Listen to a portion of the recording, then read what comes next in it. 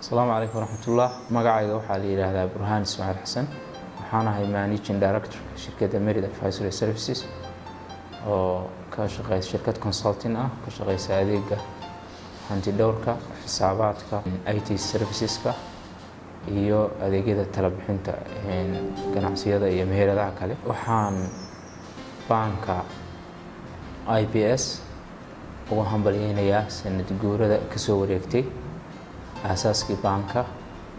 waxaan jeclahay in farxadaas la qaybsano maamulka, shaqaalaha iyo dadweynaha ku xiran banka.